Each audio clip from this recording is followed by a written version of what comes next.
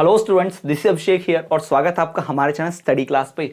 तो जैसा कि आप सबने थंबनेल में देख लिया होगा कि इस वीडियो लेक्चर में हम बात करेंगे द्वितीय वर्ष का विषय योग शिक्षा की। जी हाँ, योग शिक्षा विषय द्वितीय वर्ष का डीएलएड का ये विषय है जिसमें आपको योग के बारे में, योग से जुड़े हुए टॉपिक्स, आसनों के बारे में, योग की उत्पत्ति के बारे में, योग के लाभ के बारे में, ये सब चीजें बताई जाती हैं। तो इस योग शिक्षा का ऑलरेडी हम इकाई 1 ला चुके हैं, उसकी प्लेलिस्ट बनी है, देख लीजिएगा वीडियो नहीं देखी है तो। इसके पहले योग शिक्षा के पहले प्रोफेशनल इंग्लिश और भी जो दूसरे सब्जेक्ट्स है उनका भी वीडियो लेक्चर का हमने पूरा प्लेलिस्ट बनाया है, वो चेक कर सकते हैं। अगर आप नहीं देखे तो जरूर देखिएगा। साथ ही साथ मैं आपको बताना चाहूंगा कि द्वितीय वर्ष योग शिक्षा विषय के आज हम इकाई 2 जिसका नाम है प्राणायाम, इसको पढ़ेंगे। अब टॉपिक का नाम ही है प्राणायाम, यानी कि इसी टॉपिक पर आधारित सारे क्वेश्चंस होंगे। यानी प्राणायाम जिस चीज को कहते हैं, प्राणायाम जिस प्रकार का आसन योग है, जिस प्रकार की मुद्रा है, उसी से संबंधित जितने दूसरे आसन होंगे, सावधानियां होंगी, वो सारी चीजें हम पढ़ने वाले हैं। तो ये पूरा का पूरा टॉपिक बेस्ड होगा आज का लेक्चर प्राणायाम के ऊपर। चलिए तो शुरू करेंगे इस इकाई के अंक योजना की, यानी ब्लूप्रिंट की बात करेंगे। यानी इस इकाई 2 जिसका नाम है प्राणायाम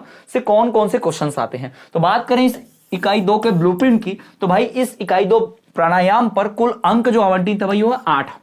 यानी इस एक इकाई को पढ़कर आप 8 अंक हासिल कर सकते हो। तो ये बहुत महत्वपूर्ण भाई इकाई है। भाई 25 अंकों की परीक्षा होती है, उसमें से 8 नंबर यहां पर आपको मिलने जा रहे हैं इस एक इकाई को पढ़कर। जी हां, 25 अंकों की योग शिक्षा का विषय का पेपर होता है।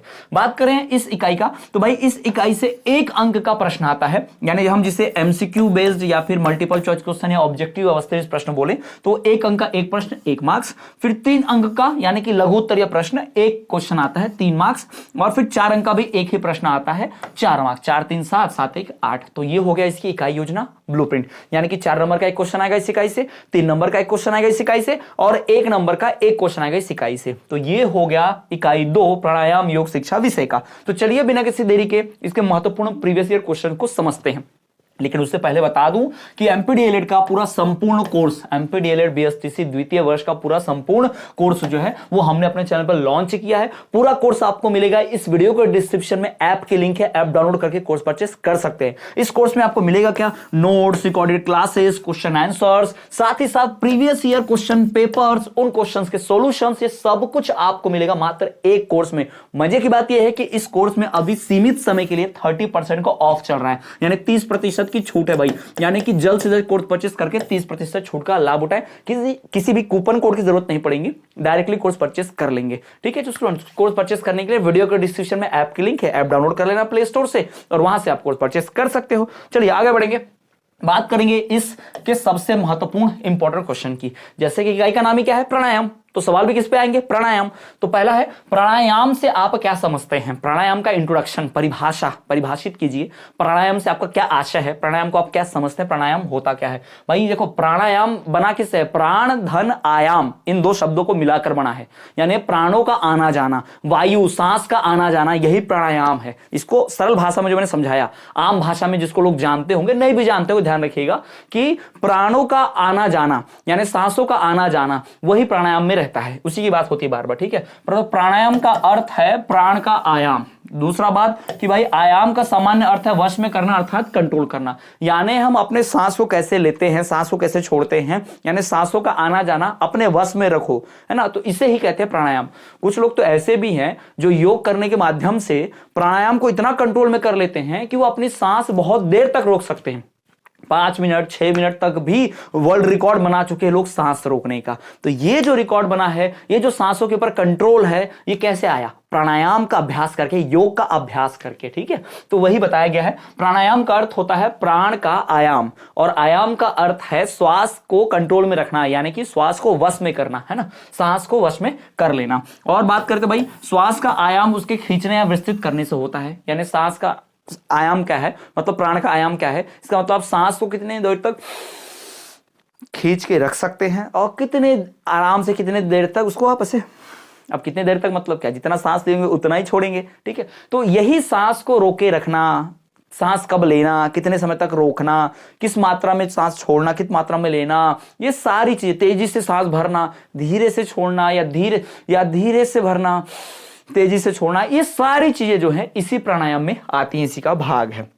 ठीक, तो मोटा तौर पर आपको मतलब क्या है, तात्पर्य क्या है, तात्पर्य यह है कि हम जिस मात्रा में श्वास लेते रहते हैं या उससे अधिक मात्रा में श्वास लेने के लिए फेफड़ों का क्षेत्र विस्तृत करते हैं, यही प्राणायाम है। ठीक, नॉर्मली सांस कैसे ले रहे हैं, नॉर्मली थोड़ा सा सांस लेते हैं,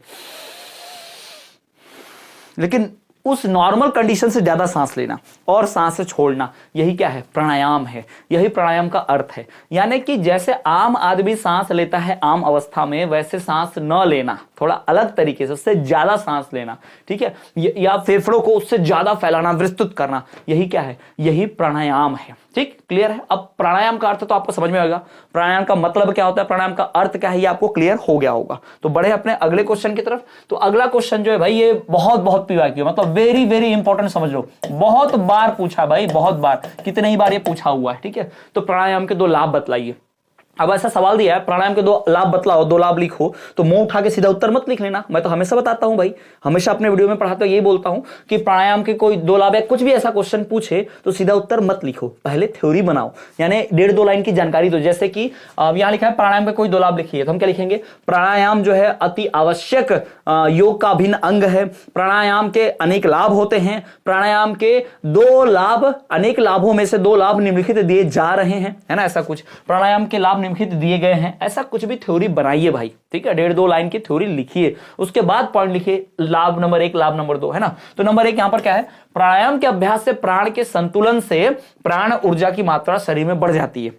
यानी अगर आप प्राणायाम करेंगे और सांस अपने हिसाब से थोड़ा बढ़ाएंगे, प्राणायाम में प्रैक्टिस कर लेंगे, अभ्यास कर लेंगे, तो आप अपने शरीर को, अपने शरीर के अंदर जान को, जीवन को, आत्मा को और ज्यादा बढ़िया बना सकते हैं। और ज्यादा आप देखिए कि आपके शरीर में बदलाव हो रहे हैं। और आपने देखा होगा कई बार हम क्या करते हैं, ऐसा मुंह फाड़ते हैं जोर से, जब हमें लगता है कि बोर लग रहा है, उबासी आ रही है, नींद आ रही है, आलसी है, तो ऐसा नहीं है। जब एक ही कंडीशन में वैसे बैठे बैठे रह जाते हैं ना, तो हमारा शरीर हिलता डुलता बहुत कम है, तो हमारे शरीर के अंदर ऑक्सीजन की कमी हो जाती है। ठीक है, तो क्योंकि आप हिल डुल नहीं रहे, तो शरीर को ज्यादा ऑक्सीजन चाहिए नहीं, तो थोड़ा थोड़ा कम कम ऑक्सीजन होने लगता है। तो फिर अचानक से जब ज्यादा ऑक्सीजन चाहिए होता है, अंग काम करते हैं, तो हमें ढेर सारा ऑक्सीजन एक बार में भरना होता है अंदर। ठीक है, उसके बाद थोड़ा सा तरोताजा लगने लगता है। तो वही है कि प्राणायाम के अभ्यास से प्राण के संतुलन से प्राण ऊर्जा की मात्रा शरीर में बढ़ जाती है। दूसरा क्या? प्राण ऊर्जा को संयम के साथ लेने से चैतन्यता के स्तर में वृद्धि होती है। अब प्राण ऊर्जा का मतलब यहां पर यह है वायु से है, ठीक है, ऑक्सीजन से है। ठीक है, यह ध्यान रखिएगा, प्राण ऊर्जा का मतलब यहां पर किससे? ऑक्सीजन से। भाई हम ऑक्सीजन ही लेते हैं, ये तो पता होगा सभी को, ऑक्सीजन ही लेते हैं, O2, है ना। तो प्राण ऊर्जा, प्राण वायु जो यहां पर है, ऑक्सीजन से उसका मतलब है। तो प्राण ऊर्जा को यानी ऑक्सीजन को आप संयम, पेशेंस के साथ, नॉर्मल नहीं जैसे सब लोग लेते वैसे नहीं, थोड़ा योग टाइप में, ऐसा अगर आप उसको लेंगे तो आपके चैतन्यता के स्तर में वृद्धि होती है। यानी आपकी जो कॉन्शियसनेस है, आपकी जो जागरूकता है मन के अंदर, दो आप जो जागरूक होते हैं, वो जो आप चैतन्यता है वो बढ़ जाती है। उससे मतलब नॉर्मल इंसान से बेहतर काम करते हैं, उनसे बेहतर सोच पाते हैं, उनसे बेहतर रह पाते हैं, जी पाते हैं। ये सब प्राणायाम के क्या है? लाभ है। और इसमें लिखना चाहो तो प्राणायाम से हमारे शरीर के अंग बेहतर ढंग से काम करते हैं, कई बीमारियों से हमें दूर रखता है, हमें निरोगी बनाए रखता है, ऐसे बहुत सारी चीजें कर सकते हैं। फेफड़े मजबूत होते हैं, ये भी आप लिख सकते हैं इसमें, है ना। तो ये सब प्राणायाम के क्या है? लाभ है। 2 पूछा था, इसलिए 2 बताए हैं, इसके ज्यादा आप और लिख सकते हैं। क्लियर? चलिए बढ़ते अगले सवाल की ओर। अगला सवाल है पद्मासन। जी हाँ, पद्मासन के 2 लाभ लिखे। पद्मासन के लाभ क्या होते हैं? पहले बता दिया भाई कि अगर कोई ऐसा टॉपिक आता है तो पहले थ्योरी लिखो, 1.5-2 लाइन की, है ना। पद्मासन जैसे लिखा है, तो पद्मासन के निम्नलिखित लाभ दिए गए हैं। पद्मासन के निम्नलिखित लाभ होते हैं, जैसे 1, प्राणायाम का उद्देश्य पूरा होता है। पद्मासन करोगे तो प्राणायाम का उद्देश्य पूरा हो जाएगा, क्योंकि पद्मासन में सांस लेना, सांस छोड़ना, इसी प्रकार की विधि शामिल है। तो अगर ये कर लिया तो मतलब प्राणायाम ही कर लिया। तो प्राणायाम को सबसे अच्छा करने का तरीका यह है कि पद्मासन कर लो, प्राणायाम भी हो गया, पद्मासन भी हो गया। क्लियर? दूसरा, धारणा के समय एकाग्रचित होने में सहायक है। यानी जब आप धारणा करते हैं, यानी कि आप जब कह सकते हैं कि आप तपस्या में जाते हैं। धारणा का मतलब क्या होता है? मन को शांत रख के, आंखें बंद करके आप अपने आप को धारण करें। धारण करें मतलब इस दुनिया से कट जाएं, ईश्वर का ध्यान करें, है ना। अपने आप के स्वयं में, मन में, चित्त में ध्यान लगाएं। तो जब धारणा हम करते हैं तो हमारा मन एकाग्रचित यानी कंसंट्रेट रहता है, कंसंट्रेशन रहता है हमारा पूरा, एकाग्रचित होके, शांत होके हमें हेल्प मिलती है। यानी पद्मासन करोगे तो प्राणायाम के उद्देश्य पूरे हो जाएंगे। पद्मासन करोगे तो मन जो होगा, हमारा प्राण जो होगा, वो एकाग्रचित हो जाएगा, है ना। एकाग्रचित हो जाएगा यानी कि शांत हो जाएगा, कॉन्शियस हो जाएगा, एकदम कंसंट्रेट हो जाएगा। ठीक है, प्रोनाउंसिएशन पर ध्यान देना भाई, थोड़ा एकाग्रचित होना। कभी कभी थोड़ा सा स्लिप ऑफ टंग होता है तो गड़बड़ी होती है, लेकिन लिखना यही है, समझना यही है, एकाग्रचित होना। ठीक है, क्लियर है? तो ये हो गए पद्मासन के 2 लाभ। आगे बढ़े तो भाई एक और यहां पर बहुत इंपॉर्टेंट है, वो है अनुलोम विलोम अथवा नाड़ी शोधन प्राणायाम, जिसे अल्टरनेट नॉस्ट्रिल ब्रीदिंग कहते हैं। जानते होंगे आप, नाक के एक छेद से सांस लेना दूसरे सांस से छोड़ना, यही क्या है, अनुलोम विलोम जिसे कहा जाता है ना, इसे ही कहते हैं अल्टरनेट नॉस्ट्रिल ब्रीदिंग। ये सबसे बढ़िया है, इससे फेफड़ों की शक्ति बढ़ती है, फेफड़े स्वस्थ होते हैं, और हमारा जो विंड पाइप होता है, जो श्वास नलिका होती है, वो भी बढ़िया से कार्य करती है। तो ये सारी चीजें हमें करनी चाहिए। चलिए बात करते हैं नंबर 1, सबसे पहले पॉइंट वाइज इसको समझते हैं, ठीक है। तो भाई ये जो अनुलोम विलोम है, ये है क्या, इसको करने की मेथड क्या है, मैंने ऑलरेडी तो बता दिया कि भाई अंगूठे से ऐसा दबाओ और ऐसा उंगली से इसको ऐसे दबाओ, एक तरफ से सांस लो और इसको फिर छोड़ दो, इसको दबा दो, दूसरे वाले को फिर पहले वाले से छोड़ दो, यानी जिससे सांस लो दूसरे से छोड़ो, फिर पहले से सांस लो दूसरे से छोड़ो, दूसरे से छोड़ो, फिर दूसरे से सांस लो पहले से छोड़ो, ऐसा बारी बारी से करते रहना है। इसको ही अनुलोम विलोम या अल्टरनेट नॉस्ट्रिल ब्रीदिंग बोला गया है, ठीक। तो कैसे करेंगे, इस प्राणायाम के करते समय दाहिनी हाथ को प्रणव मुद्रा में रखा जाता है। ये जो दाहिनी हाथ है उसको प्रणव मुद्रा कहते हैं, प्रणव मुद्रा, ये प्रणव मुद्रा, ऐसे रखा जाता है, ठीक है।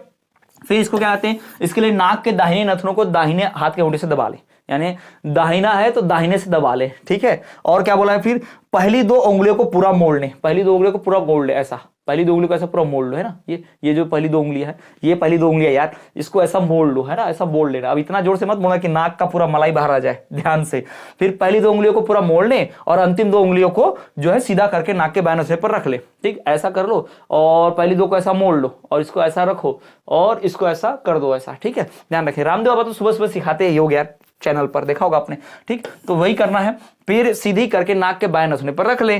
फिर उसके बाद क्या, यह प्रणव मुद्रा जो है कहीं जाती है, इसे प्रणव मुद्रा कहते हैं इस मुद्रा को, ठीक है। अनुलोम विलोम प्राणायाम को नाड़ी शोधन क्रिया भी कहा जाता है, ठीक है। इसे अल्टरनेट नॉस्ट्रिल ब्रीथ अंग्रेजी में, या फिर इसे कहा जाएगा नाड़ी शोधन प्राणायाम। अनुलोम विलोम का दूसरा नाम क्या है, नाड़ी शोधन प्राणायाम कहा जाता है, ठीक है। तो ये हो गया इस अनुलोम विलोम आसन के बारे में, इस प्राणायाम के बारे में, है ना। क्लियर, समझ में आ गया आपको अनुलोम विलोम क्या है, नाड़ी शोधन प्राणायाम क्या है, क्लियर, कैसे करते हैं, ये तो सबने देखा होगा, बहुत कॉमन है, रामदेव बाबा को हम सबने देखा हुआ ऐसा करते हुए, ठीक। और भी इस टॉपिक से, इस चैप्टर से इकाई 2 से महत्वपूर्ण प्रश्न पूछे जाते हैं, जैसे कि कई बार आया है कि प्राणायाम के आसनों को विस्तार पूर्वक बतलाइए, यानी प्राणायाम में कौन कौन से आसन होते हैं उनको डिटेल में बतलाओ। फिर क्या, अनुलोम विलोम आसन को विस्तार पूर्वक समझाओ पूरा, और चाहे तो आप पिक्चर भी ड्रॉ कर सकते हैं एग्जाम में अगर अच्छे से आए आपको तो। प्राणायाम प्रक्रिया के बारे में विस्तार से बतलाइए।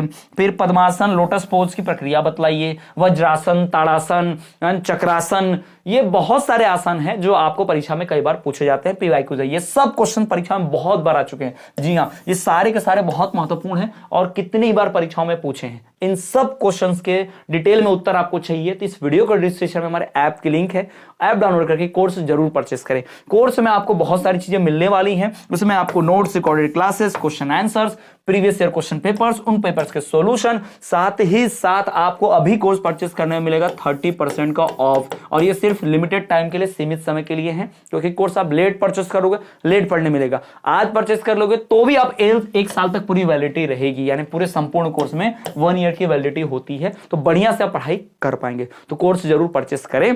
अगले वीडियो में मिलेंगे तीसरी इकाई की इंपॉर्टेंट क्वेश्चंस को लेकर। इसके पहले इकाई 1 का वीडियो आपने नहीं देखा, दूसरे विषय के वीडियोस नहीं देखे, तो वो भी आप प्लेलिस्ट चेक करेंगे, पूरा का पूरा आपको मिल जाएगा। साथ ही साथ आप अगर हमारे चैनल पर पहली बार आए हैं तो चैनल को सब्सक्राइब करके बेल नोटिफिकेशन ऑल पर रख दें, ताकि ऐसे वीडियोस आपको मिलते रहे, वरना सब्सक्राइब नहीं करेंगे तो आपको टाइम से और सारी वीडियोस नहीं मिल पाएंगी। तो चलिए स्टूडेंट्स, मिलेंगे आपसे अगले वीडियो में। और हाँ, एक बात और कि इस वीडियो के डिस्क्रिप्शन में हमारे टेलीग्राम ग्रुप की लिंक है, तो डीएलएड की परीक्षा से संबंधित, शिक्षक भर्ती से संबंधित सारी न्यूज नोटिफिकेशन उस टेलीग्राम ग्रुप में हम अपलोड करते हैं, मटेरियल भी, कंटेंट भी डालते हैं, तो उसकी लिंक वीडियो मिल जाएगी और डिस्क्रिप्शन में, लिंक से जाके टेलीग्राम में हमारा चैनल ज्वाइन कर लें। साथ ही साथ आप हमें और न्यूज नोटिफिकेशन के लिए दूसरे सोशल मीडिया पे फॉलो कर सकते हैं, उसकी भी लिंक डिस्क्रिप्शन में मिलेगी, जहां से आप हमें फेसबुक, इंस्टाग्राम और टेलीग्राम फॉलो करना ना भूलें, हम हर जगह हैं।